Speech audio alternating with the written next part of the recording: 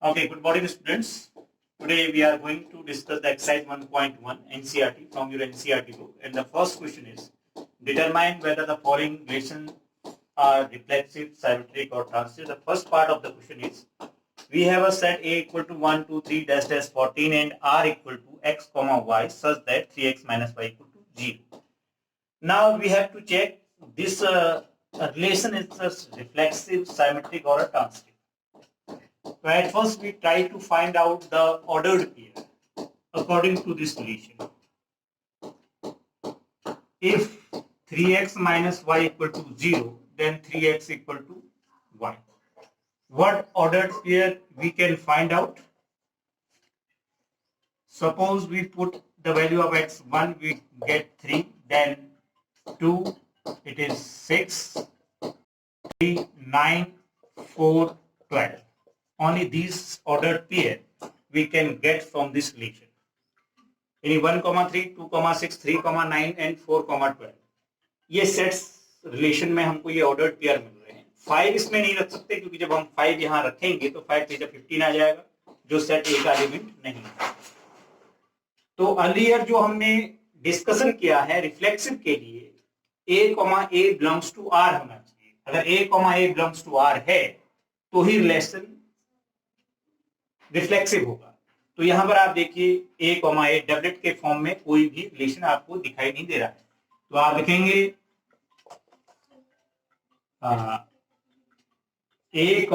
a, not belongs to r, so it is not reflexive. It is not reflexive. The first one. Now second condition is symmetric relation. Symmetric relation के लिए आपको क्या बताया था? If a, b belongs to r, then b, a belongs to r. तो यहाँ पर कोई भी पेयर ऑर्डर्ड पेयर ऐसा नहीं है जो a, b है और फिर b, a, b तो सब बन रहे हैं लेकिन b, a नहीं बन रहा। तो आप लिखेंगे a, b belongs to r, but b, a not belongs to r. So it is not symmetric. Then the third one is transitive relation. A, b belongs to r, b, c belongs to r, then a, c belongs to r. ऐसा भी यहाँ पर कोई ordered pair नहीं बन रहा है। a, b, b, c, we have two ordered pair. जैसे आप यहाँ पर देखिए 1, 3 belongs to r and b, c. 3, 9 belongs to r, but 1, 9 not belongs to r, so it is not transitive. Now this is the solution of the first question. First question of first part. Now we are going to take another one. This is rest of the parts I think you can do yourself. The second, third and fourth part. I am going to take the fifth part. And this is A is the set of human beings in a town. Human beings in a town. This is the set which is given us, and the relation R is defined by x, y such that x and y work at same place. Now how can we solve it? Human beings in a town. Suppose you live in a town, any town.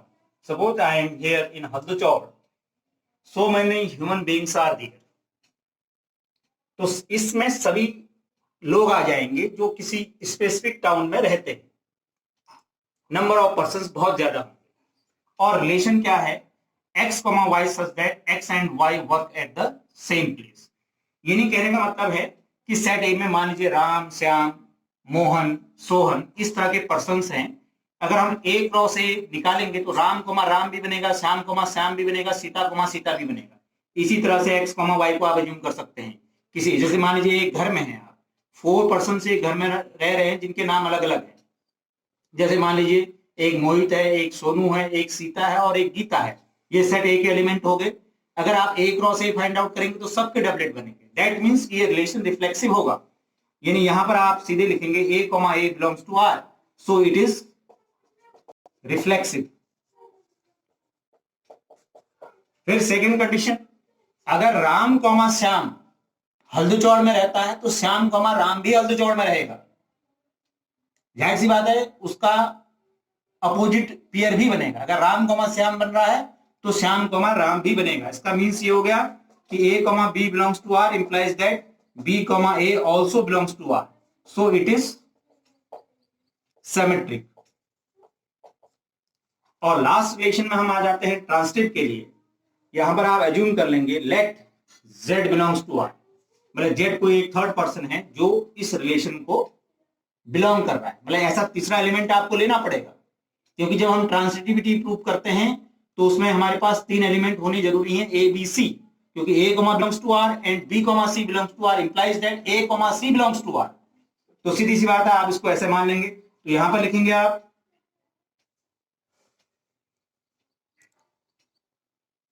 x comma y belongs to R and y comma z belongs to R implies that x comma z also belongs to R, so it is transitive। तो इस relation को अगर हम देखें fifth part को इसके, तो ये रिफ्लेक्सिव भी है, सिमेट्रिक भी है, ट्रांसिटिव भी है, तो इस रिलेशन को हम इक्विवेलेंस रिलेशन भी कह सकते हैं। अच्छा, यहां पर a कॉमा ए या a कॉमा बी से कंफ्यूज नहीं करना, क्योंकि एक्स वाई आपको दिया हुआ था, तो एक्स वाई ले लीजिए इसको, यहाँ पे x कॉमा एक्स कर सकते हैं आप, यहाँ x कॉमा वाई और y कॉमा एक्स भी आप कर सकते हैं। Now before this, pause the video and note it down this one.